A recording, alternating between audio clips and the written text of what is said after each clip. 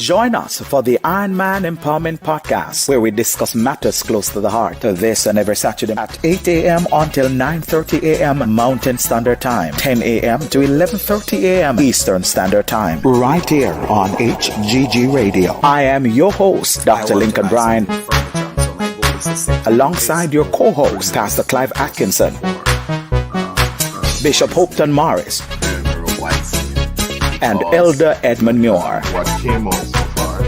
The Iron Man Empowerment Podcast. We're not just talk, we're informative.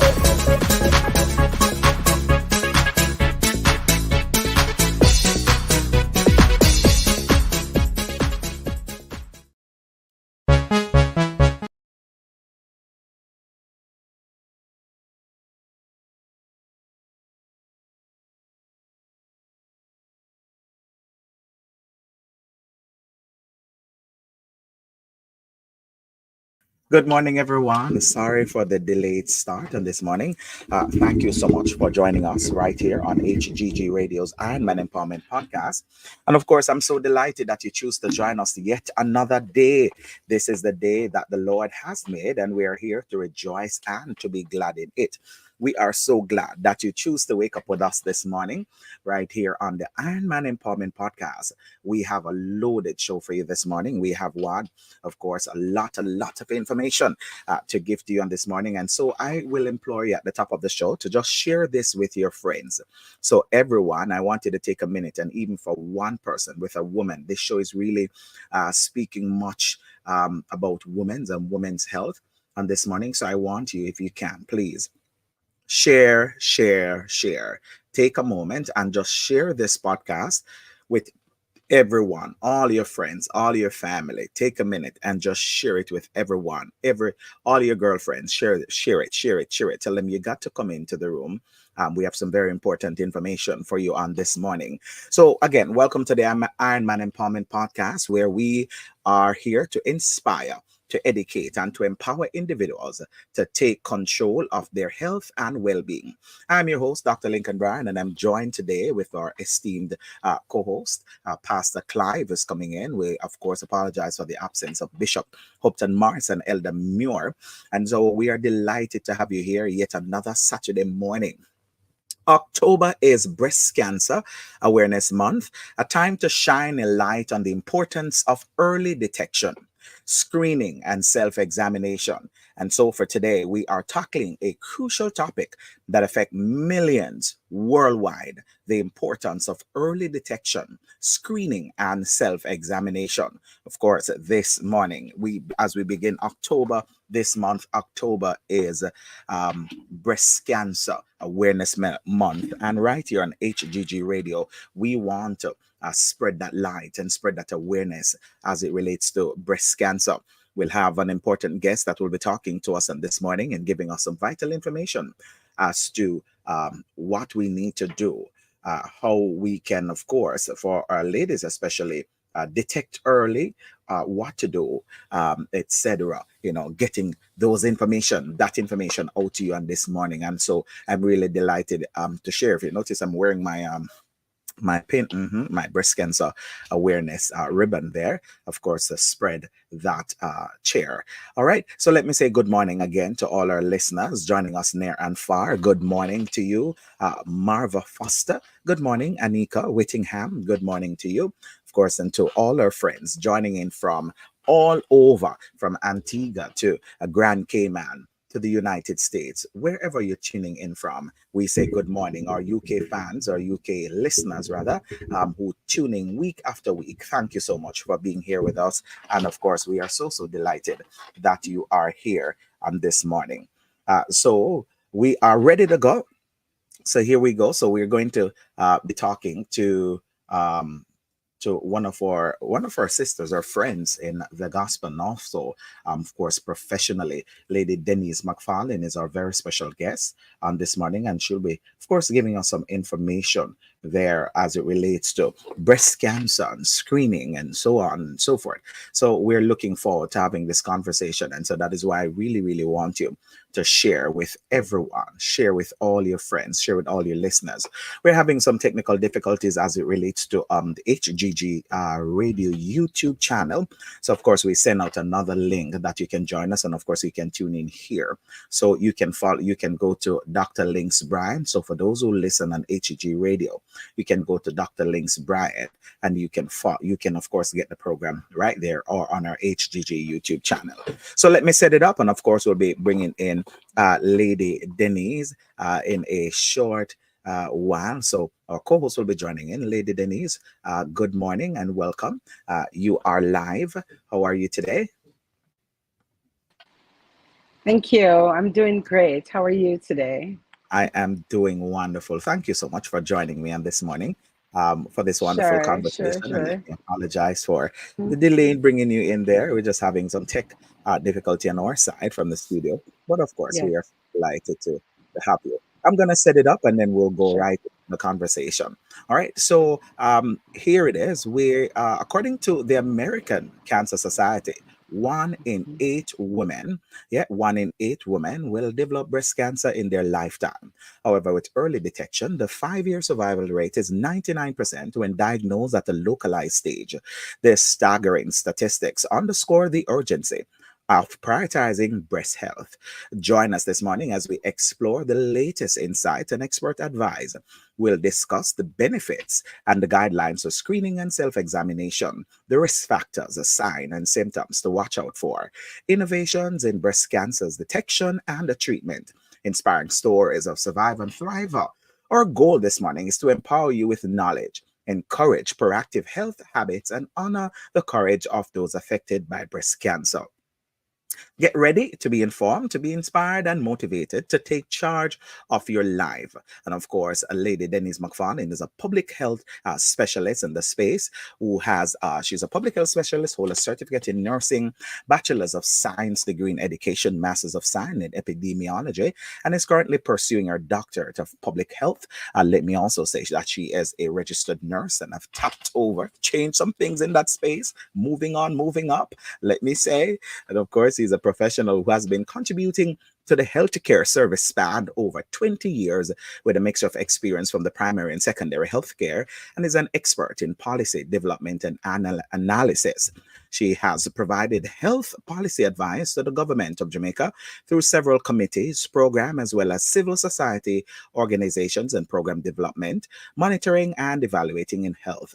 She's an avid researcher with publication in peer-reviewed journals such as the West Indian Medical Journal and chapter writer for major national publication. These publications include the Economic and Social Survey of Jamaica, the Jamaica Survey of Living Condition, the Montevideo Consensus, as well as the first national voluntary report for the agenda of 2030. Ladies and gentlemen, we welcome, of course, again, Lady Denise McFarlane. Good morning again, Lady Mac, and thank you so much for being Great. here on the show. Thank you, thank you, thank you. I know that you have done quite a number of work in the space, of Mm, course, in Jamaica, mm. in breast scan to as it relates to even cancer, nursing, and health until you step into public health and so forth. I know that you are a champion when it comes to breast cancer awareness and spreading information, health overall. And let me tell those who are joining us, our listeners, that Lady Denise McFarlane also worship at the Bethel Apostolic Church at 20 South Camp Road. Of course, it's a Yeah. historical church. A lot of persons who know Bethel will often point to 20 South Camp Road. That's where she served, and one who really championed this cause. I remember many a few years ago, I was preaching there, and Lady Den have her entire team rally up, everybody in their pink ribbon, and really spreading and giving that information. And so that stuck in my mind that every time I hear about Breast Cancer Awareness Month, I automatically go to That's Lenny. good. That's good. So, Lady D, thank you so much again. And I really Right. want to jump into asking you to share your experience with us. What really developed this passion for you as it relates to breast cancer and championing the cause of awareness? Yes, well, thank you for having me, Brian. Such a pleasure being here with you this morning. Um, Absolutely. right. So, and thank you for that lovely introduction. A lot said there, but Yes. yes. So, as a woman in this space and growing up in nursing, I have quite a few colleagues who have who have had to have mastectomy, breast Mm. removal, survivors of breast cancer. And I have a really, really good friend of mine that I'm sure she'd be willing to share her experience if you Oh, we'd really love want to to have her have her on. to share, I'd right? love to have her on this month. Right. So, it's just seeing the survival. I have another friend as well who, when she had her mastectomy, we had to help her to create like wigs to put on Mm. her hair, and then she wanted natural looking ones with, the tendrils and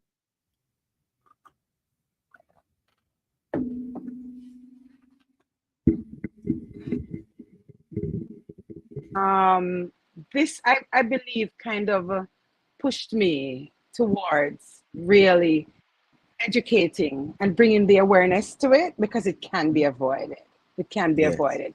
When you have early detection, it can prevent it getting to the worst where your breast has to be removed. So, being a member at Bethel 20 South Camp Road, years ago I started an annual health fair at the church during the convocation. It was really Mhm. unprecedented. This is something that had never been done before. But I thought, what best time than when all the churches come together and you have that Yes. huge family and fellowships. Well, let's just do some health checks while we're here. So She's coming back through, just having a little bit they of know yes. they're not within the health sector as much. I know you're a preacher yourself, more concerned with delivering the word than the health part of it. So we started that health fair every year. It's now a staple. Several Right. other departments are having health fairs now during the year for the seniors, for the women, and so on. And so we built that out into a health ministry at the church. Mm. We call it the health and wellness ministry, bringing more the focus around not only our spiritual health, but also our the physical man. What better way to be productive and to serve and to spread the word um, as being healthy and well? So that's where it kind of came from. And then one of our major activities for the year now is that breast cancer awareness during the month of October. And that has really gone down very well over the years, just bringing our awareness to our women, just to get to your own self checks, get checked up by a doctor at least once per year, get your mammogram done, and so on. And that's where that evolved from over time. Ah, there you go. This is really, really, Yeah. really powerful. And I think this is something that we need to implement, in all the churches because it's very, very important. So instead of we having to pray and fast and stuff and hope God heal, what Mhm. about early prevention, early Mhm. detection? So we don't have to get Yes, to yes. that point. So you have to tell us how you get involved. What are the recommended screening guidelines? If we talk about breast cancer, for breast cancer, why are they important? Okay, well, we can talk about the risk factors as well. The risk factors for breast cancer, and this includes, well, they would say it's just a female. People think that this only impacts females, but it Right. impacts females and males. So Mm. 1% of our males do have breast cancer as well. So we encourage our males as well to do their breast self examination. So just by reason of your gender, you are at Mhm. risk. And Right. then our race, it's more common. It's more common in whites, but the incidence in the Caribbean, in the region, is very high. And Mm. so it's one of our leading causes: cervical cancer, breast cancer, among our women in the Caribbean region.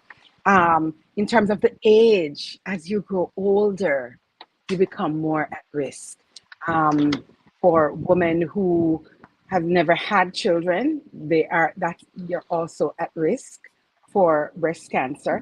And if you have a child after the age of 30 years, you are also at risk for breast cancer. Really? So those are some of the yes, that late gravida. But we know that that's a problem with our us Pentecostal women because we have to wait to be proposed to before we Yes. can get married and And I wouldn't have imagine children, that right? 30, I consider 30 still young. I wouldn't consider 30 even put you, into that risk Yes, well, category. well, I was talking to my son this morning about the fertility rates. Our fertility rates in Jamaica is decreasing. And I was Mhm. saying to him, our grandparents had children from, they started at 18, which is the Yes. best childbearing years, 18 to 25.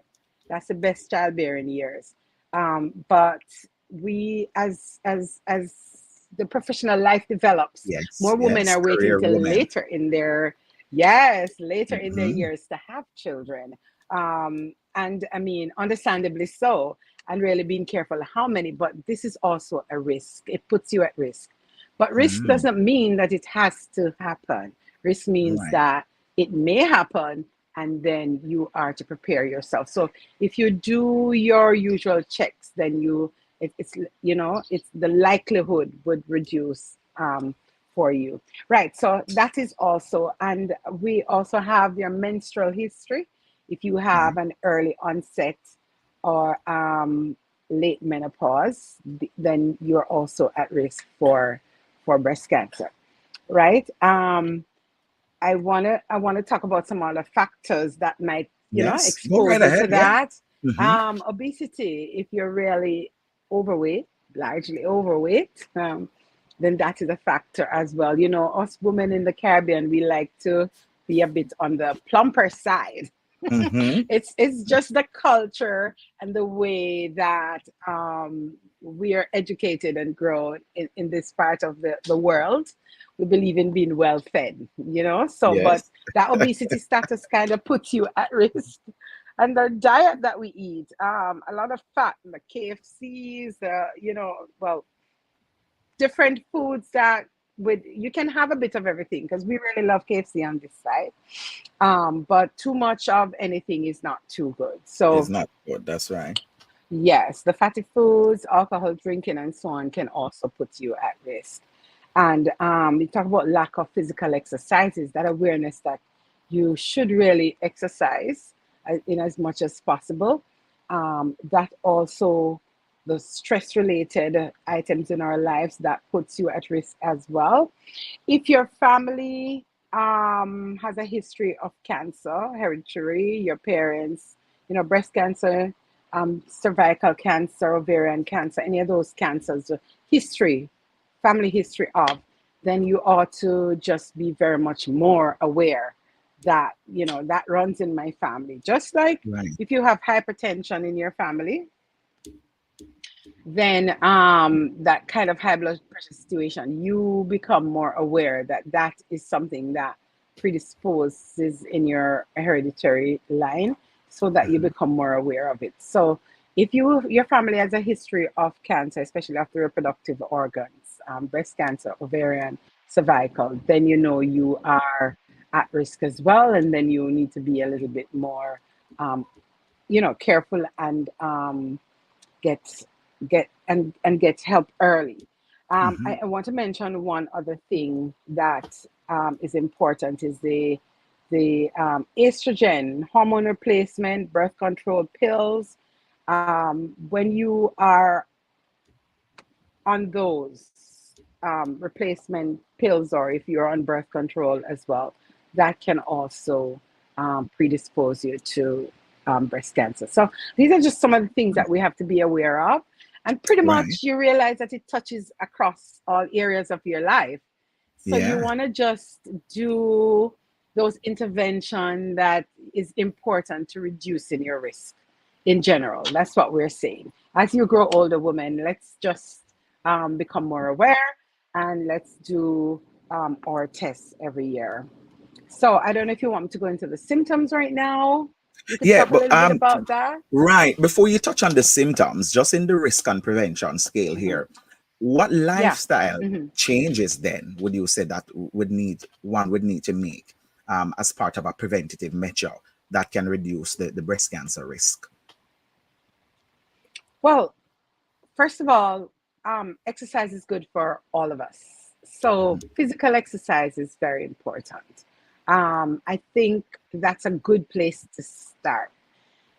You would want to say reduction of your stress levels, but some of that is unavoided. We have stress in our every walks of life, or homes, or work, um, just pretty much all around. There may be some stresses in your life, but reducing the stress in as much as possible is always really good for your general health, for your cardiovascular health as well, and for the reduction of breast cancer as well. In terms of our diet, we have a lot of control over that. We can reduce the fatty foods. As you grow older, see if you can change your diet and move more towards a kind of vegetarian kind of diet. We can have pretty much everything, but everything in good measure. Right. Reduce those fatty intake that you have, and then most importantly is doing your own checks. So I want to talk a little bit about that when you're ready. Yes, Just how absolutely. we Go do right our ahead. Yeah. own checks. Right, Hmm. right. Yes, we can go Okay. into it. So right. So for the symptoms really is if you have a swelling on any part of the breast. Now we're supposed to be very familiar with the natural contours and how a breast feels. That we want a woman as you get older to be very aware of that. And I'm going to tell you how to do your breast self examination in a bit. But if there's any swelling at all, anywhere Right. on your breast, when you're doing your shower, it's the best time for you to examine. When you soap up your skin and having your shower, you kind of hold your hand over your head and just examine both. That's very easy on a regular day. So you can feel if there's anything that is abnormal at all. So if you have any swelling, if you have any skin irritation or dimpling. So it's supposed to be a really smooth contour, but if you have any dimpling, any injection, like the space is turned in, like a dimple just on your face, and you have Hmm. that, then that's a sign, right? So the normal contour of the breast does not have anything like that. So if you see any of that, then that is a key sign. Breast pain in general. Some women, when they're in menopause, they do have breast pains as well. Hmm. So it comes naturally with the menopausal process. But exceptional pain, continuous, um, more than the ordinary, then that is also a sign. If the nipples of the breast turn inwards, so the nipple is supposed to turn outward. You have one Hmm. or a few women, everywhere you go, you have exceptions. A few women have their nipples kind of flat or turning, which is their naturally how the breast is grown. But for the majority of women, the nipple is projected outwards. Now, if as you grow older, you realize that the opposite is happening, then that is a reason for you to a cause for a lot of concern. That's right. Any redness, right? Thickening of the skin around any sections of it, then that is also a sign. Now, if you're not breastfeeding and you're seeing some discharge from your nipples, then you know something is wrong. That's not normal. So that is That's a also sign there. a reason for you, right? That's a reason for you to, find your physician and check out what's going on. And then if you have a lump under your arm, or you feel it towards that breast area, then that might be uh, a sign that there is a lump in the breast, and that usually it starts with a lump. That is a very Hmm. key sign that that might be abnormal and grow into something, and can turn into cancer. So those are some of the things that you have to look out for normally, us So women, is that as an we go along. inflation of And I also of the want to say, lymph node? Brian, Whenever you see that under the arm and it's swell, is it um, like an inflation it's of the? Right. So your lymph nodes they do run under the arm right here, right? Right. But and when your lymph nodes are actually when it's swollen or inflamed, that's not necessarily a lump or breast Mm. cancer. You have some people who use different deodorants and so on, and that causes their lymph nodes to be swollen. So Okay. that is not the cardinal sign, but you can have with associated with breast cancer, your lymph nodes also being affected. So if you feel that swelling under your arm with your lymph nodes for an inordinately long time, then that is also a key sign for you to, find your physician and Um, just let them check that out. Right, yeah. right, right, right. So, um, having said all of that, we want to kind of look now more closely on how to do what can we do Hmm. your breast self-examination. I'm introducing this to all the women, all your female listeners, but also the male Yes. listeners too, who may have had issues. And you can check for yourself. My friend told me just recently that a friend of hers just had mastectomy, a male, for breast cancer, and that's here in Jamaica as well. Oh, wow. So, and it doesn't have to be that you have. We have males that have what we call gynecomastia, which is larger breasts that looks like female breasts. Right. But it's not necessarily in those men alone. You can have a normal male breast that can be impacted and affected as well. So we're all going to be careful and be aware in this month of October. Yes, All absolutely. right. We're learning So a lot on the male side. Welcome, Pastor Klein. yes, yes, absolutely. We want our men to be very aware as well, and to be as healthy as we want our women to be. So a simple way to start your own personal checks is by doing your self breast examination. And I want to talk a little bit about how that is done. Um, Yes. so, or who is to do it? Who is to do it? So, you have women who are menstruating 5 to 7 days after the beginning of their period, 5 to 7 days after the beginning of your period is the best time for you to do your breast self examination. Menopausal woman, for those women who are not having a menstrual cycle, they can have their tests done on the same day every month. So if you know, like the first week of every month, middle of the month, the end of the Hmm. month, you will do your breast self examination. Then that is a good pattern for you to develop and have. Right. It's a good way to do it, Ah, right? So we ask women who are menopausal to check the same date of the month.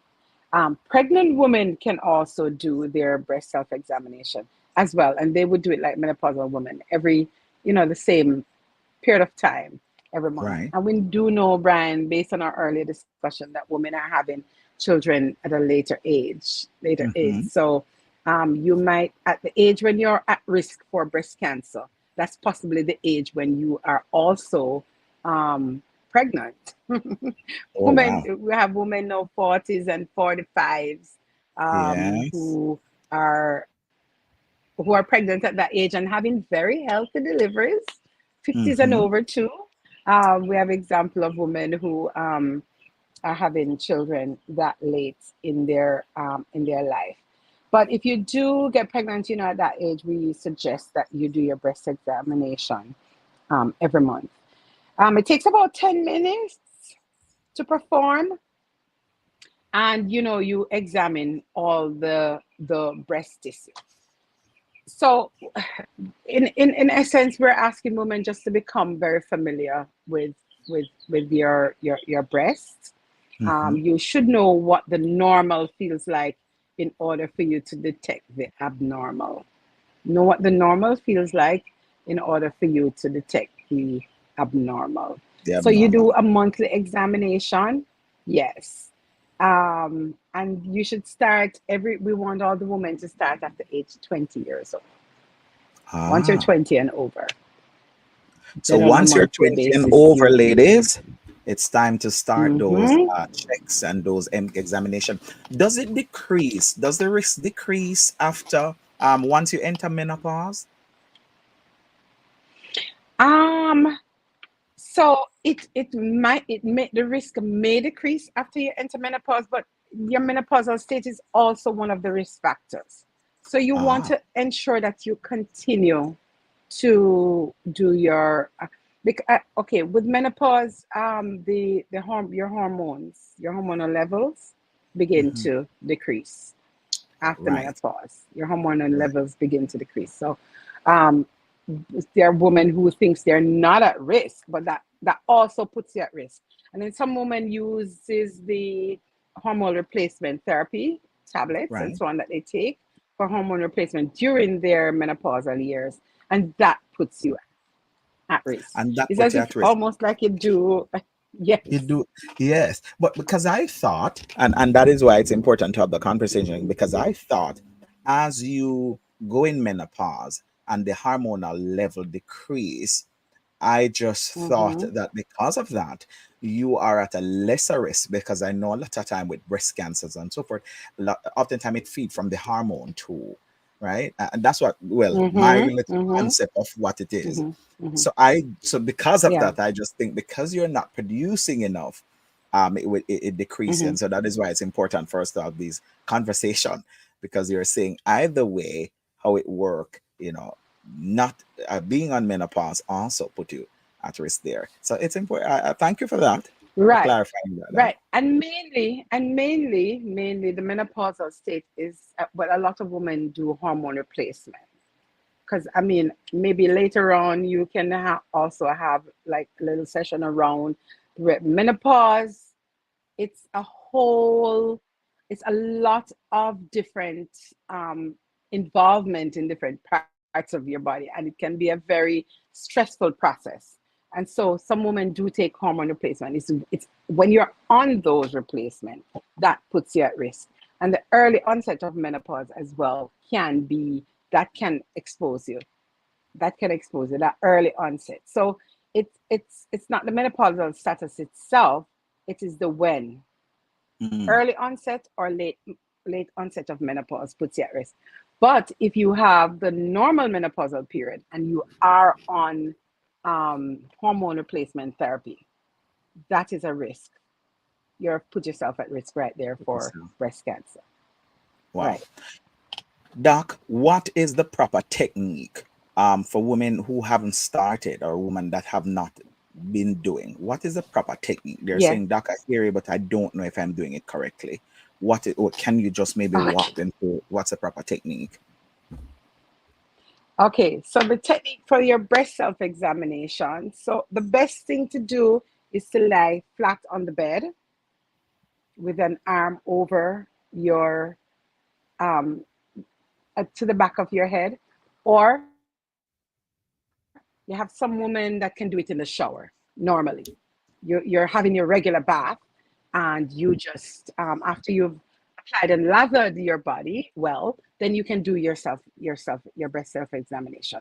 You just rest your hand over your head, and then you start from the outer and just kind of use the base of your fingers right here and just gently massage all the way up to the front of the nipples. So if you're lying on your back, your hand go behind your head, just like that, over your head, flat on the bed, and then you do that. So it's simple. You can do it before you go to bed in the nights, Mm, or you can do it when you're on the shower. So you start from under the armpit here, and then you work your way right around the breast until you have reached the middle. And you use the flat part of your hand because you want to be able to detect any lumps or any irregular spaces on the breast itself, if there's any scaliness, if there's any, the hard kind of a crust feeling on your breast. mhm. You want to be able to detect that. right? So it's best when you are lying in bed. You can do it before you sleep, and or when you're having your shower. Those are the better time for you. If you don't want to have your shower, you can still stand before your mirror and do it. Mm. um, that's a suggestion that is made mostly to a woman. You know, you can stand in front of the mirror, same way you would have stood in your shower with your hand over your head and begin your examination. It's Okay. good for you to look as well in the mirror to know that they are, the normal contour, that they're equal. If sometimes if you have dimpling, like one breast looks uneven to the other, and Right. it's a good way for you to examine as well, in front of the mirror, right? Oh. um, I want to mention as well, Brian, that a lot of women Mm-hmm. actually feels the lump from early, is aware that it is there, and does not Right. get help. Whether They're it is waiting that to they're see if it will fearful. disappear. No, well, I mean, if you get up every day and you feel it is there, it's it's there. Um, Sometimes it's just fear, they are just afraid that of being told, yes, there is an issue. Oh wow. Sometimes it's just the fear of being told that there's an issue. So I've had friends, bless her soul, my very, very, very, each time I think about it, I get so tearful. I lost a really, really good friend of mine. She was an elderly lady, and she had breast cancer, and she had it, she knew she had it, and it just went until that stage where nothing could be done about it. What I want to Mm. say to the woman in your listenership, if you detect it early, if you find out that it's here, if you feel a lump, sometimes the lumps can be removed without removing the breast, Yes. right? Somebody catch it early. Um, and just like in prostate cancer for men, if you do your yearly checks, the doctor realizes there's a cancerous, it has started forming in the prostate, it can be removed, and you have a very healthy life going forward. But it's the same thing Right. for breast cancer. If you detect that little lump, they can remove it, and then you can still even save your breast. If it's advanced, some women, it's there and marinating, and they don't detect it early. But if it is detected, sometimes if that breast is removed, then you can be cancer free with the other treatments as well. I think we lost that. Okay, there you go. All Yes, right. I want to know if I'm back in. Yes, you are. Yes, if You are. you right. So I was saying that if it is detected and it's at an advanced stage, then the breast can also be removed. With other therapy, you have your yes, somebody's saying lumpectomy surgery. Yes, it can be removed through if there's a lump, then that's a lumpectomy surgery. If they have to remove the entire breast, it's called a mastectomy. Right. And so I was saying, yes, when the breast is removed, they do chemotherapy and radiotherapy along with that as well. But some persons remain cancer free after that. I've had quite a few friends that have had their breast removed, that they're cancer free and they're living healthy lives at this point. So we're encouraging our women to just get tested early. Don't be afraid. Once you are 40 years and over, you really should have a mammogram done every year. Mm. The mammogram is done at a radiologist unit. It's an X-ray of the breast, and I know it's uncomfortable. I have had mine done this year as well. It's uncomfortable, but the machines that they're using now are not as painful as they used to be years ago.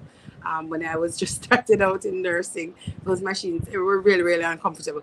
But the machines that they have now are a little bit more modern, and it's not as painful as it used to be to get your mammogram done. So we want to know, once you're over 40 every year, you run in and get your mammogram done, and along with your breast self examination and your usual physical checkup with your doctor. That's amazing. That you can't outrun that.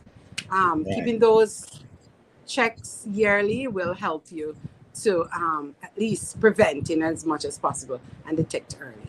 Yeah, I was going to ask you about the mammogram aspect of things, doc, because Right, I know a lot of time persons get it mixed up with with mammogram and even pap smear.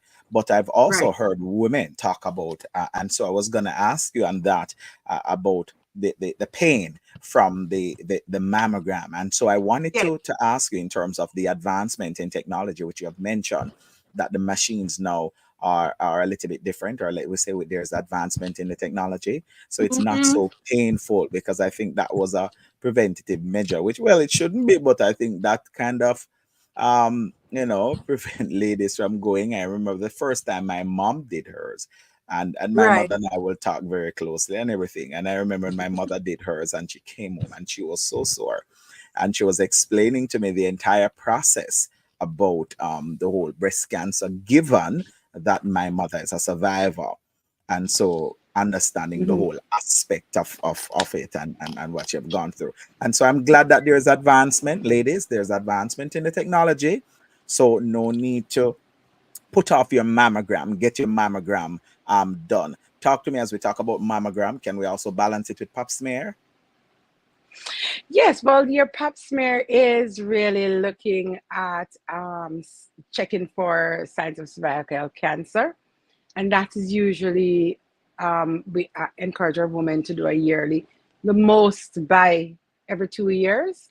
Then you have your cervical screening done as well. So it's two different Mm-hmm. processes. Yes. This the pap smear is, of course, you go vaginally and you get the you get you do a little sampling and it's sent off to the lab for them to check for cervical cancer, and that too a lot of, well, I know in some societies there are, you have to pay to get some of these tests done, and I think that Mm-hmm. is also a deterrent. If you look at it, the costing and health Mm-hmm. insurance. I don't There's understand in your barriers. jurisdiction.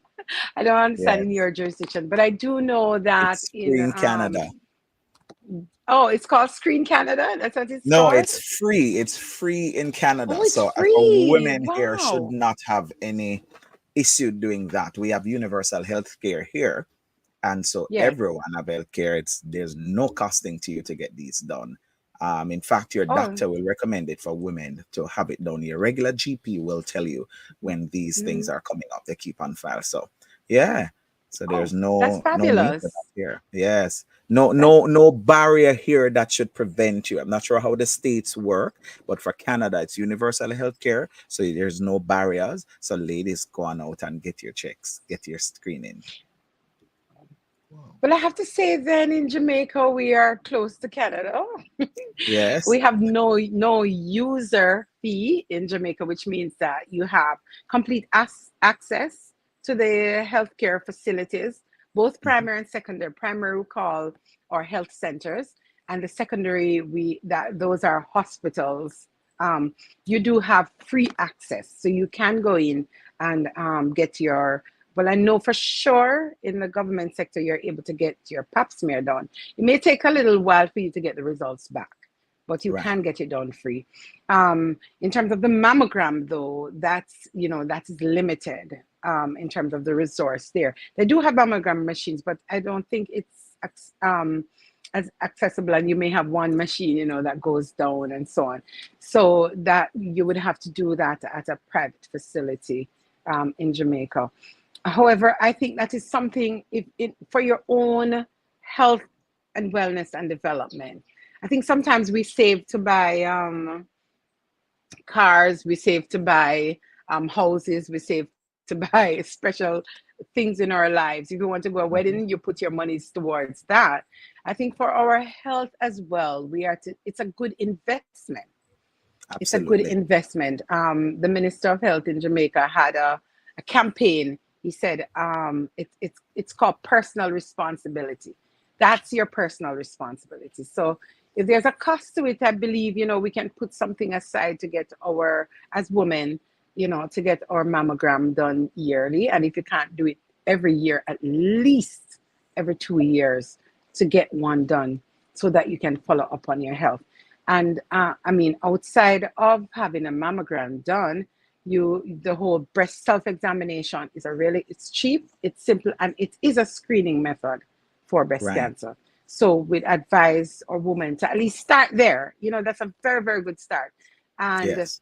if you've detected or you've seen something that is abnormal, then you can speak to your physician, do a visit, and then they could in turn order a mammogram to be done further.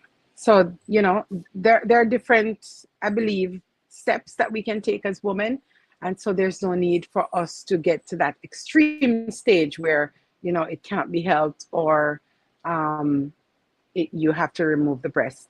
There are some women I want to mention, though, Brian, that, and your co-host, of course, that there are some women who, even though they've had the intervention, there's a reoccurrence, and it's really a spreads throughout the body. But we're encouraging that early detection. If you find it early and begin to do some kind of intervention, then we pray towards it not getting to that bad stage. Yes. Awesome. Somebody asked a question, Doc, and I, yeah, I'm saying, Doc, you see, I'm prophesying already that you're going to finish this thing. So here it is. They're asking, can you Pretty explain? sure. I'm telling you. Yes. So let me tell the persons that are here. She's currently doing her PhD in public health, and so already I'm calling her Doc. I'm Mhm. already speaking Yes. it. It's done. So she's asking the question: can you explain what is HER2 positive cancer? Wonder if you're familiar with that term. Can you explain what What is is? HER, H E What R is? What is? 2 positive cancer? HER2, HER2 positive. Not, HER2, HER2 yes. positive cancer. That okay. I think that is a different type of cancer. They have HER2 breast cancer as well, and that Oh, one, I think those are fast growing cancers. Just had a quick look at that. They spread. They tend to grow faster, mhm, and it's that massive spread that you have. So mhm. it's called metastatic breast cancer, and it can reoccur. No, I just mentioned early on that that even when you have the mastectomy, the removal of the breast, you can have a reoccurrence. It can come back. And it depends on if you have really, if the cancer cells are really aggressive. It's a tumorous Mm, stage and it's aggressive. But in that breast, if those, you may have to have extended treatment. So you have some women who you might find a lump, it's removed and it's resolved. Some women you might have to have the mastectomy, it's removed, it's resolved. But it depends on if it's an aggressive type of cancer. You can have that metastatic, that rapid spread, and it metastasizes into really bad cancer. So I think that's the HER2 mm.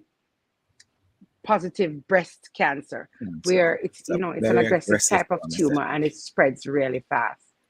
Wow, Hmm. wow. So it's one of those Yeah, ones that are harder than it to tends to control, grow Doc. faster than the normal. Yeah, well, so you one of the things, if you know you have a family history Ah, and you are at risk, then you want to take extreme caution in starting early. right. Right? So, because if you have a family history and you have a history of really aggressive cancer, family members that have died from ovarian cancer, from uterine cancer, from breast cancers, then you want to start early because you're predisposed.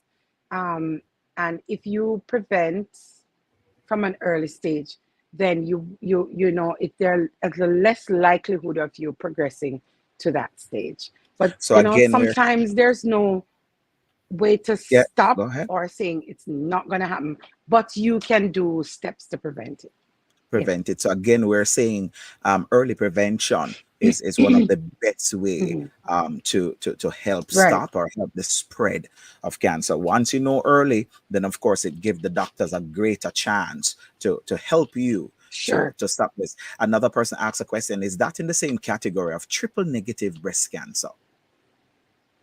Okay. So those are other those are other types you have as well, Brian. So Yeah. you let me just grab a quick the triple negative. Yes.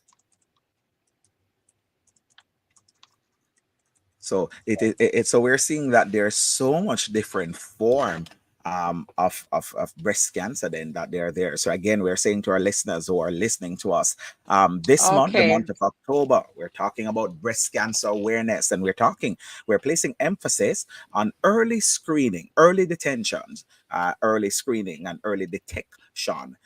So we're talking again with Denise McFarlane, public health specialist, and of course, advocate for breast cancer awareness. If you're just joining us right here on HGG Radio, Lady D, we're HGG Radio. yes. So we're talking. So Beautiful. we're back to you. Yes. Yes, it's one of the aggressive breast cancers as well, and it's very hard to treat. It's one of those that it occurs and it comes back. This has a lot to do with the hormone levels, with progesterone and estrogen and the hormonal balance. So that is also a very hard breast cancer to treat as well. And this is one of the ones that goes away and then it can reoccur over and Ah, over again. over and over So again. you see, there are different types, but I believe that some of these can be prevented if they are detected at an earlier stage. Some of them don't. This one in particular does not have receptors for the hormone estrogen or the hormone progesterone. So it's called negative negative because it does not depend on the hormone levels to for Ah, it to be formed or to occur. right, Um, and it does not have higher than normal levels of the protein HER2 either. So it's called HER2 negative. It can spread just as fast, and this one can reoccur.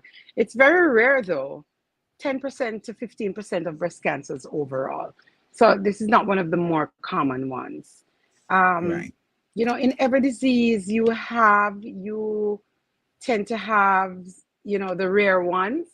You're the one right. in 100, one in a 20. But the same, the predisposing factor for this one is, again, as I had said before, the family history of breast cancer and the use of birth control pills, the fertility pills, Right. the birth control pills for more than 10 years. So these are people who are using long-term birth control. They are at risk for this type of cancer. But Wow. if these rare cancers that you're mentioning, the Yes. HER2, the triple negative, if you have a history, if you know Yes. your family, I'll say it again, if you know your family has a history of breast cancer, of ovarian cancer, of uterine cancer, you yourself need to be very careful, because if it's one of these, if your family is predisposed and you have a rare type, then your chances of survival may be less, and maybe less more than an ordinary woman who does not have that kind of strong history of breast cancer. So I believe the main way to prevent, if you know your family has, is you start your early screening, you get to your physician from early, and give yourself the best chance of survival. Of survival.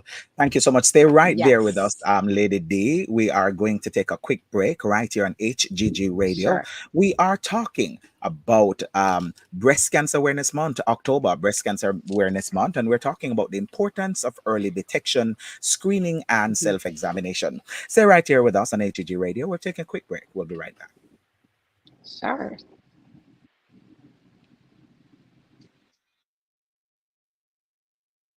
Transforming your relationship every Friday at 5:30 p.m. Mountain Standard Time. It's all about loving on purpose and the challenges that face us and how our relationship can be transformed. Are you feeling stuck in life or a loveless marriage? Let's journey together as you discover clarity, purpose, and fulfillment in life. I'm Bonita Grange, your relationship and life coach. Why suffer in silence when help is right here? Let's connect for a 30 minutes complimentary session at www.tlcbonitagrange.com or right here on HGG Radio. Talk to you soon. HGG Radio.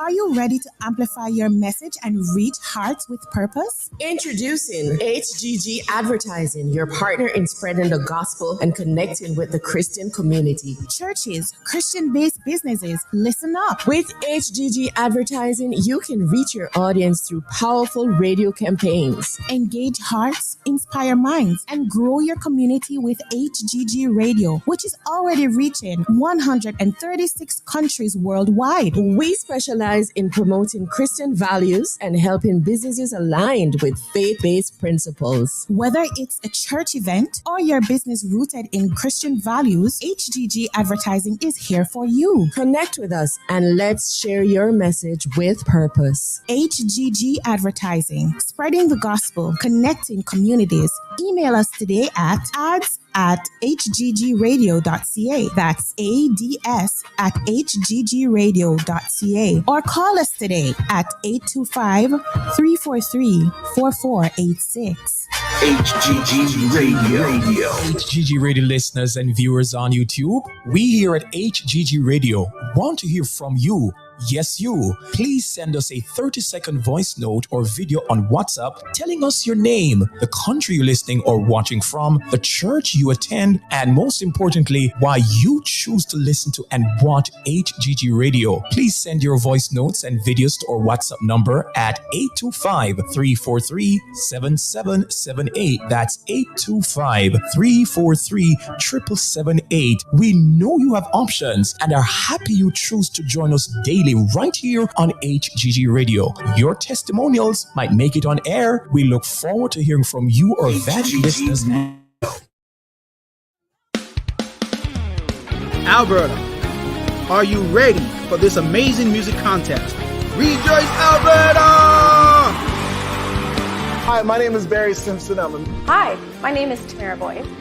Even though things are different, we're excited and blessed to bring you a new, uplifting, and action-packed season of Rejoice Alberta. $5,000 grand prize, inclusive of a music video for the winner of this contest.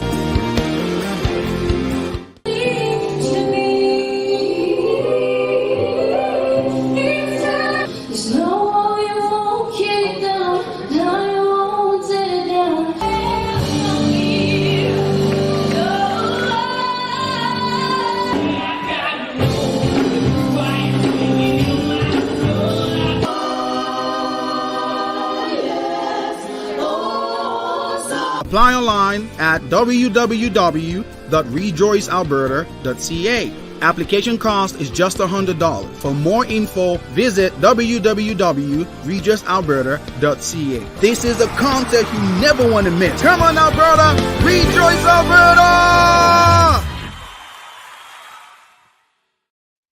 Thank you for staying here with us on HEG Radio. We're talking with our very special guest, Denise McFarlane, public health specialist, as we're talking on the topic, the importance of early detection, screening, and self-examination. Of course, October is Breast Cancer Awareness Month, and we are placing an emphasis, of course, on early screening and early detection, because we know that early screening, of course, save life. So we're coming back. Elder Pastor Clive, you had something. Just want to say to Lorbai Stacy, she's asking a question about breast cancer. We're really talking today about, she's talking about brain cancer rather, but we want to talk about breast cancer, as that is where our specialists really focus on spreading awareness on breast cancer. All right, so thank you so much though for your question. Pastor Clive, you have a question, sir? Come on in. Well, I learned something today because I never know that men could have breast cancer. So I'm there feeling myself in the background.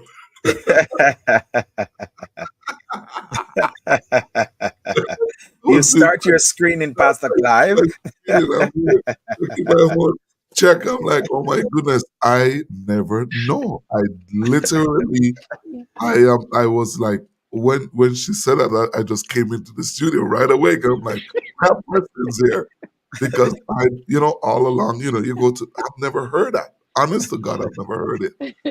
So I mean, like I've been on this earth for 50 plus years and I've never heard it.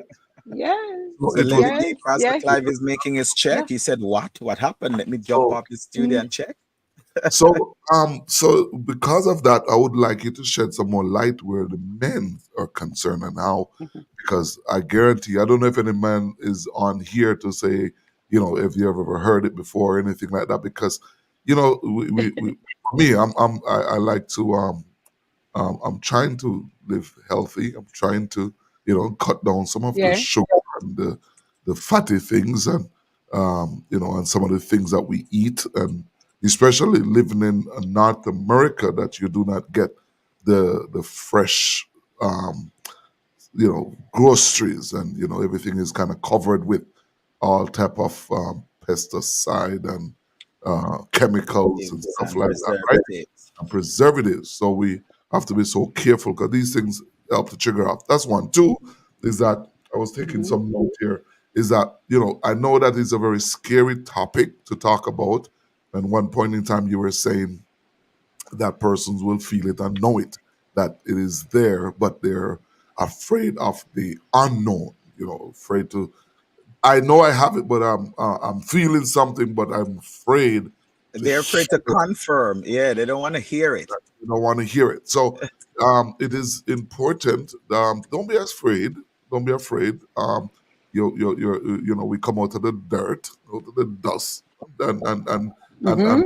will God give physician, place them in the earth for a reason, because this Mhm. whole body is going to Mhm. go through some stuff. It's nothing to be afraid of.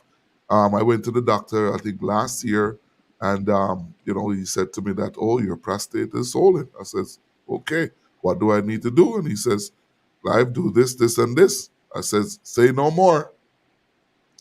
Say no more. Stop drinking sugar. Stop. Right. And trust me, when I went back and he looks at it, he said, man, you're good. You're good. And so I say, and I'm not, like, not because he said that I'm good that I'm going to go back to my old habits. You know what I mean? When the Mhm. doctor say you're good, that doesn't mean say, okay, you're good now and you can go back to your sugar. Sugar is a killer, man. Sugar is a killer. It's a killer.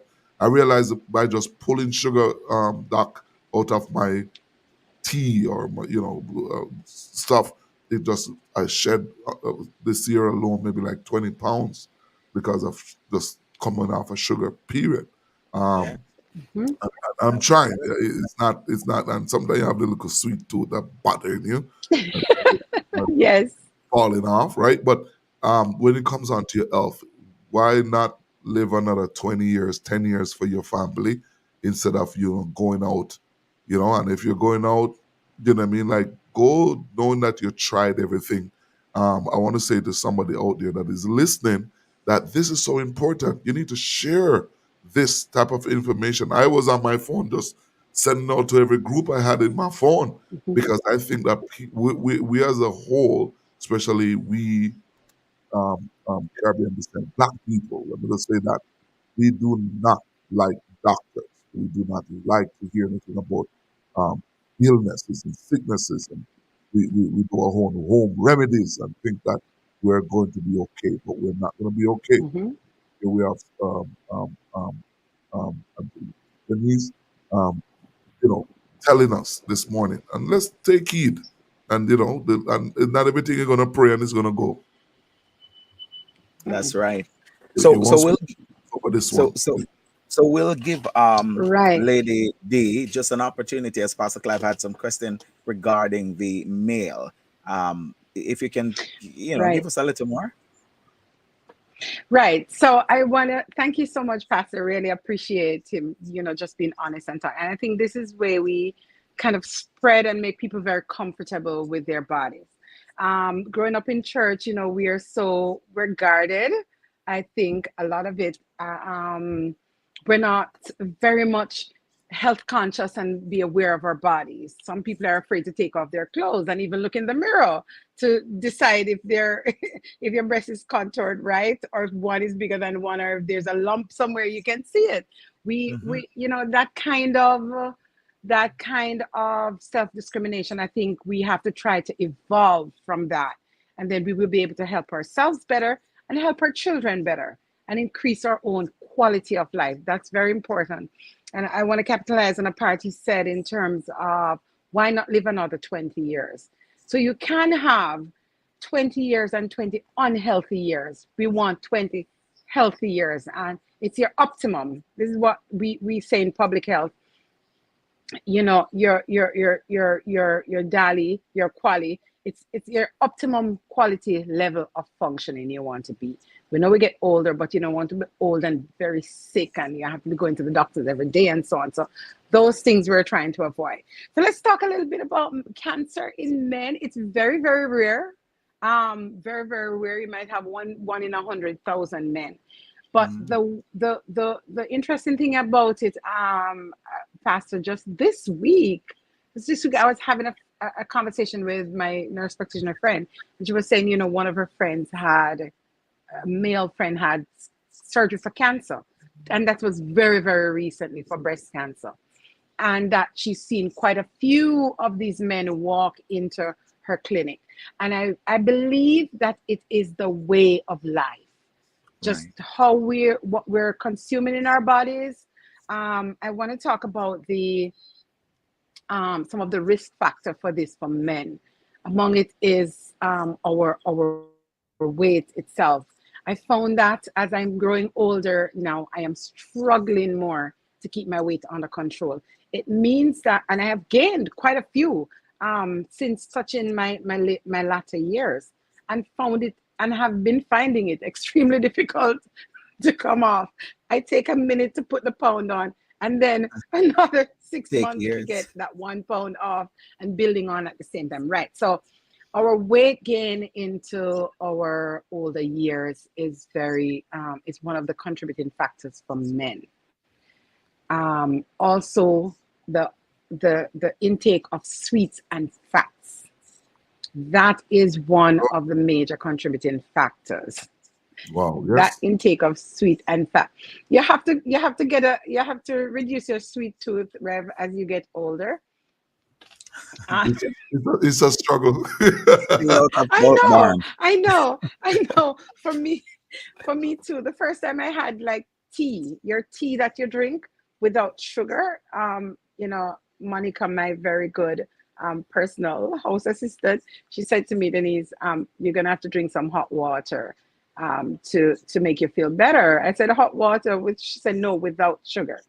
The first time I had it, it was so insipid. But then I find that over time, you can have a tea bag in the water and absolutely no sugar in it. So it's a learned thing. You can have your sweet juice, you can have your sweet tooth, but it's just how much of it you have and how you space it throughout the day. My nutritionist, I always say to her, I have to have something sweet. So she look at the portion of it that I have. So it's in my diet just the same, but just how much of it at a time. So we can take another day to just look at, you know, how we can reposition our diets for a healthier Christian, in a healthier Christian way. But just to suffice it to say that right now I want to impress on the men the sugar and alcohol intake as you grow older. So put a little exercise in your diet, reduce the fats and sugars, and then pay attention carefully to your alcohol content. Whether you're a social drinker, I know even in us as Christians, we have drinks, sometimes occasional and so on. But just to be aware, very much aware, and persons who are listening in who are males here, they can also, you know, take some kind of thing from that. For the male breast cancer, though, it's just the same. You can feel a lump in the breast, or there's a pain in your nipple. So even it's not protruding much from the chest, but you can feel something abnormal, a pain, and the most tender part is usually the nipples. Um, there's also an inversion of the nipples, so it's supposed to be projected out. I was saying to Brian earlier, majority of women and men globally have the nipples projected out, but when there's something abnormal, it begins to turn in, and that is a very cardinal sign of breast cancer. If you have any discharge from the nipple, that is abnormal. For us women, if you're breastfeeding, of course you will have breast milk coming out. But if there's no breastfeeding happening and you see a discharge from it, then you know that something is wrong. Or if you have any sore around your areola as men, then you know that something is wrong. So for the male diagnosis, they do mammograms for men as well. But that test is ordered. So if you feel anything abnormal, the best things to do is to start with your physician. You attend your physician, and then your physician can make your further recommendation as to what you will do. That's a very good starting point.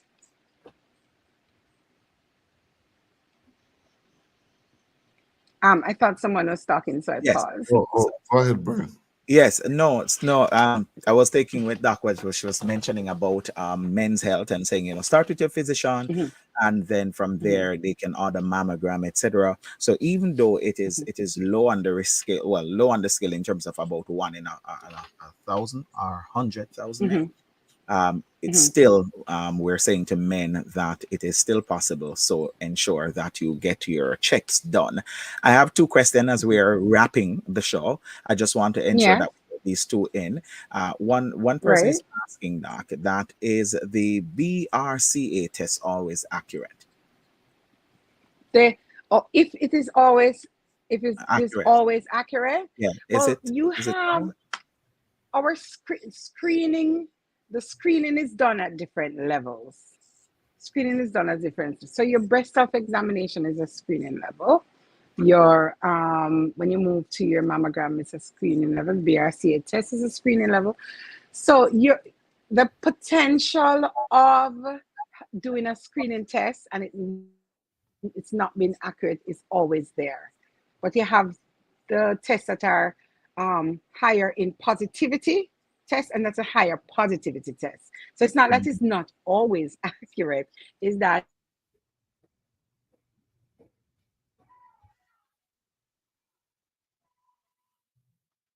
positive.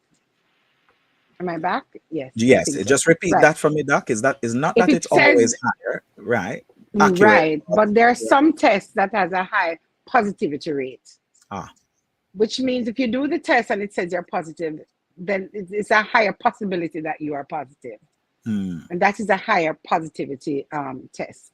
But you also have some tests and that's why we move the screening levels up each time. You have different levels of screening that you go. You go to your doctor and you say, okay, we did an X-ray. Now we're going to have a scan. We did a CT scan. Then, okay, well, let's do an MRI. So at each level that you scan, the level of test that you do is it's more accurate. And then moving to another level to confirm your diagnosis. Right. Thank you so much for that, Doc. The next question here, somebody says, is it true that the younger you are, cancer is more aggressive for you? Well, I wouldn't say that's necessarily true. The age that you are more at risk is 40 years and over. It does not say that you cannot have it when you are under 40. Right. The important thing is you have some persons with and I will mention again, if you have your hereditary, if you know there's a family history, then persons who are detected early is the more likely case that they would have had it in their family. So early detection is also important in a younger age. And I think sometimes why it would reflect as if it is really bad, it's if you don't get help on time, of course, it's going to move into a more aggressive type of cancer. It also depends on the cancer cells as well, if you have really the aggressive type. But early detection in any age, I believe, is important to your survival rate. Okay. Thank you so much That's for the that. key. Thank you so Mhm. much for that. So we are saying what is most important. We're saying there are different stages of screening, and what is most important is that we Mhm. do our self screening as the first Yes. stage. Ensure that we screen Yes. and we do our self examination. Thank you so much for that, Doc. My let me go into as we move into our final actionable advice, which we kind of touch it. What actionable step can our listeners take to prioritize their breast health? What's the actionable step? What can we say to our listeners who are listening? What can we say to them to tell them, to prioritize your breast health? What can we what messaging are we leaving to our listeners as it relates to breast health? Right. So, firstly, I want to encourage. Um, I started out by telling you just how we developed the health and wellness ministry Yes. at Bethel. I want to encourage churches, church families, and outside of that, community groups to, as a part of your club, as a part of your movement, as a part of your church family, to have health and wellness ministries. Put something in place. So just like you have the women's ministry, the men's ministry, you have a group of persons that is is assigned to bring health and wellness messages to the church, to the group, to the community. And in that way, you can spread the word in your own setting and persons can get the message. There's someone who remembers, and I have this, Bryan, you still remember that session we had so many Yes. years ago Yes. with when you visited with us. Yes. And there are women who walk up to me almost every day at church in the community sometimes and said, Sister Denise, you said I should do so and so, and I'm at the doctor and I realized so and so. So you realize that the message is actually going across. It Yes. is actually going across. So build healthy wellness ministries in your churches, in your communities. Let's have a health and wellness ministry movement across our churches. Why can't we do that? Yeah. I have researched and seen that there's some churches in the U.S. that has really big health and wellness ministries. It's a big thing. We know the Adventists also has very good health and wellness movement. So this is something we can adopt going forward. And secondly, 1 month per year we deal with breast cancer issues, and that is the month of October. Yes. Um, if not any time that month of October, ladies, let us try and get a test done that month. If you haven't remembered to do your breast self-examination the whole year, when October turns in, you're like, oh my God, it's breast cancer awareness month. Let me do Yeah. my breast self-examination. I'm scheduling my mammogram for October. That's the month for breast cancer. Let's use it as a buzzword so we can get tested from early. And we save towards our mammogram in October. That can be a way to do it as well, right? Yeah. Ask our husbands, ask our friends to remind us. Put it on your schedule in your phone. We're all using our Mhm. phones nowadays. Put your schedule in your phone. My breast self-examination monthly. Put a date in there. My mammogram every October. I have that written down. So those are little steps we can take for our own personal health. The other step I want to bring home to us is that, and I take this for myself as well. Let's change our lifestyle. Let's make an easier step towards a healthier lifestyle. You're 40 and over, it's not time to eat more. You're 40 and over, it's time for us to kind of cut down as we're heading up into our 60s. I said this before I reached the middle of the century, and yes, I've passed 50. I've said, when I get to that level, it's a change in my life for the remaining 50. So you have led one kind of lifestyle up to halfway. Let's change. If you are young and listening to this program, your 20s and your 30s prepare you for your 50s, and your 50s prepare you for your latter life. So if you have led an unhealthy lifestyle up to where we are now, make little changes. Don't have to be big. You cut down on your fat levels. You see if you can begin to tolerate less sugar. And we're not doing it overnight. We have our sweet tooth, and we all want to live our full happy lives. You know what I'm Nice. saying? We don't want to be unhappy. We don't want to go to the family barbecue or the Christmas dinner and can't have our cake. Of course, we're gonna have our cake. But we're beginning to measure just how Yes. much we do it so we can preserve our latter years. My dad lived until he was 94, bless his soul. Died a Oh, year ago, that's and he was healthy up to 91 years old. He had never had hypertension. These are just a healthier living rather than milk tea every day. You have a little leaf tea, a little green tea sometimes. Mhm. Have some sirasi, we would call it in Jamaica, and a little mint and so on. And then maybe once per week you clock into your chocolates and your coffees and so on. So small steps towards a healthier living. And then my final thought is that try to do your just do your preventive measures. And find it if you do find it, get some help and get it early. You might not be able to do it yourself, but bring a friend, no? She just dropped. She was saying to take a friend along with you.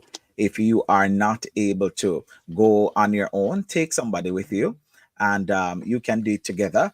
I know a good friend, Pastor Clive, that she go with her best friend every year. She's like a mother to me, rather. She go with her best friend every year. I live with her, and I'll hear her say, "Oh, I need to call her. We have to schedule our mammogram," and we're Oh, going together every year. I'll get to hear it. Sometimes they remind each other. They book the appointment together, and I mean these ladies now are 70, and she said they have been doing this together well over 20 something years. Very Every encouraging to each other, right? It's Yeah, good to have yeah. a tag team partner to be able to help you.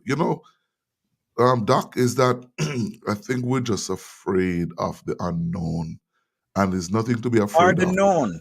Are Are the the known. It's unknown, right? right. We're afraid of the known. We don't want to hear the reality of what it is. So we're And, and, scared of and it. while we're there talking, is that one time I was talking to it's not a friend of mine, but just a gentleman, and he's like, "What you're not looking for will find you."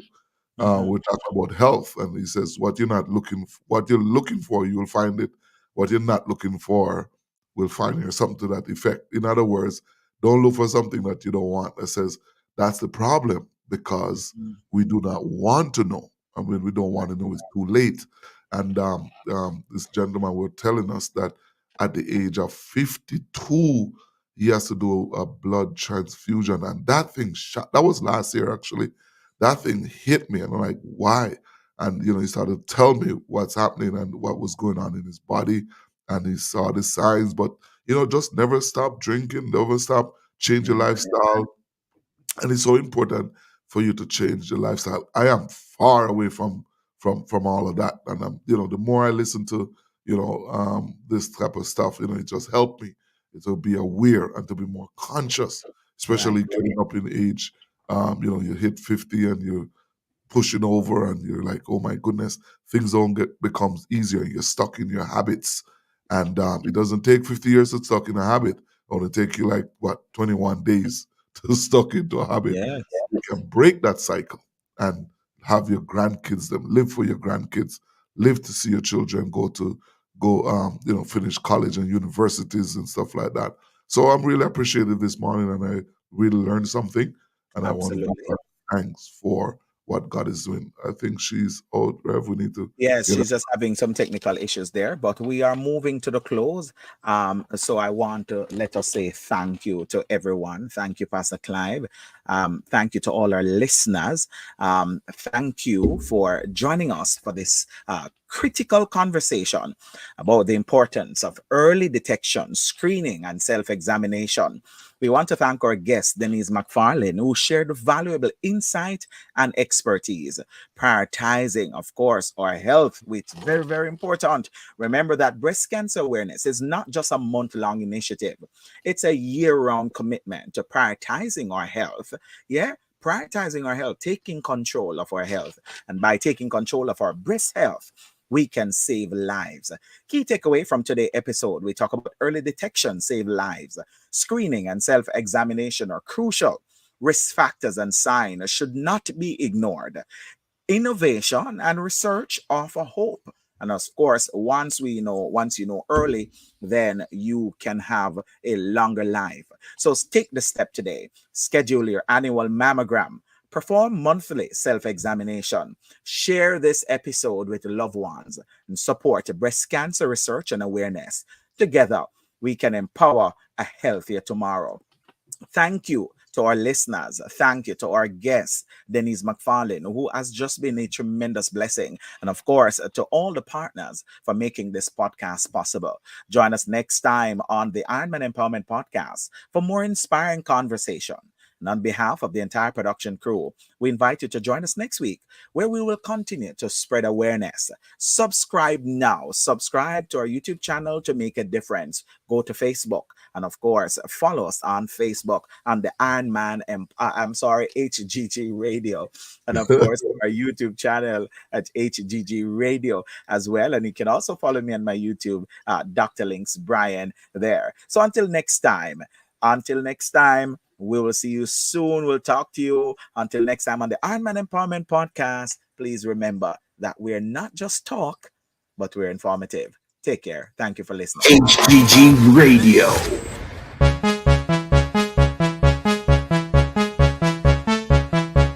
Join us for the Ironman Empowerment Podcast, where we discuss matters close to the heart. This and every Saturday at 8 a.m. until 9:30 a.m. Mountain Standard Time, 10 a.m. to 11:30 a.m. Eastern Standard Time, right here on HGG Radio. I am your host, Dr. Lincoln Bryan, alongside your co-host, Pastor Clive Atkinson, Bishop Hopeton Morris,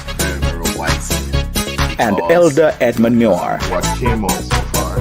The Ironman Empowerment Podcast. We're not just talk, we're informative.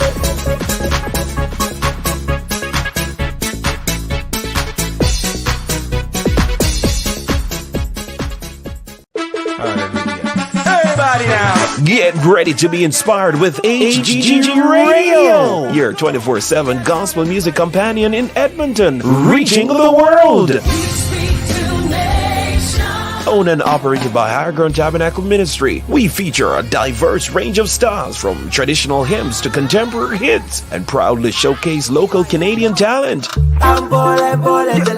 From Afro-Caribbean rhythms to inspiring programs, educational segments, and anointed and empowering announcers. Experience the full richness of gospel music. Plus, be nourished by the undiluted, rich word of God shared through powerful teachings and inspiring messages. Tune in for dynamic shows, life-changing truths, and uplifting music to boost your faith journey. Visit www.hggradio.ca, download our app, and partner with us to spread the joy. I got joy. Call us at 825-343-4486. Let the power of gospel music and the word of God fill your heart and home. HGG Radio, reaching you at the highest mountain and the lowest valley.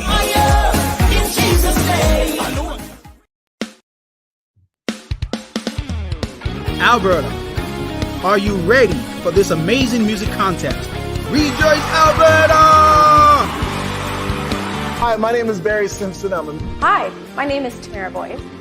Even though things are different, we're excited and blessed to bring you a new, uplifting, and action-packed season of Rejoice Alberta. $5,000 grand prize, inclusive of a music video for the winner of this contest.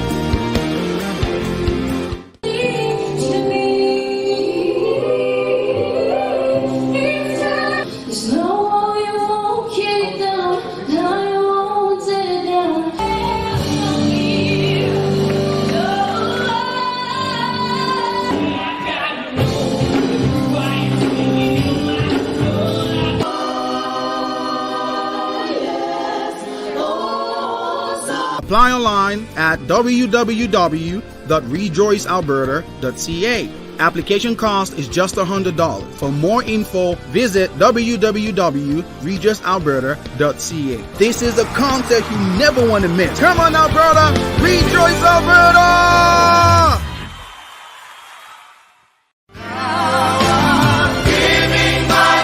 The Optimal You, a radio program focused on the wellness of the mind, the body, and the spirit. Come join me, your life coach and host, Renee, Mondays through Thursdays, 8 a.m. to 10 a.m. Mountain Standard Time, and 10 a.m. to 12 noon Eastern Standard Time. Right here on HGG Radio. Come enjoy good music, a journey through the Word, great interviews, and an outstanding radio drama. Remember, the Word of God says, I wish above all things that you prosper and be in good health, even as your soul prospers. See you then. I think of the love you've shown to me.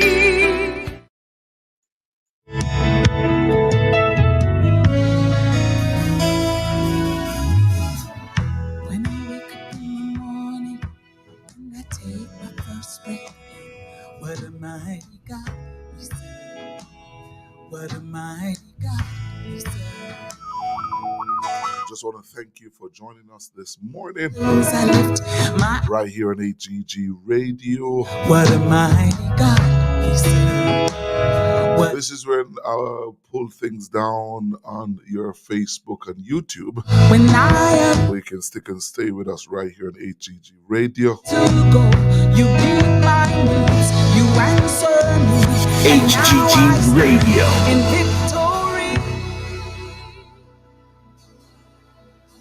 What a mighty God. What a mighty God we serve. Have yourself a wonderful weekend. Mighty God we serve. Oh, oh, oh, oh,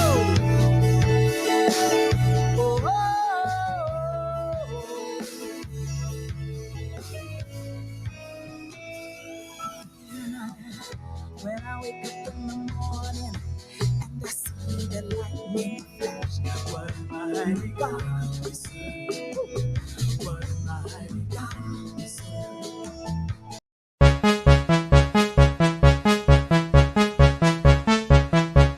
Join us for the Iron Man Empowerment Podcast, where we discuss matters close to the heart. This and every Saturday at 8 a.m. until 9:30 a.m. Mountain Standard Time, 10 a.m. to 11:30 a.m. Eastern Standard Time, right here on HGG Radio. I am your host, Dr. Lincoln Bryan, alongside your co-host, Pastor Clive Atkinson, Bishop Hopeton Morris, and Elder Edmund Muir. The Iron Man Empowerment Podcast. We're not just talk, we're informative.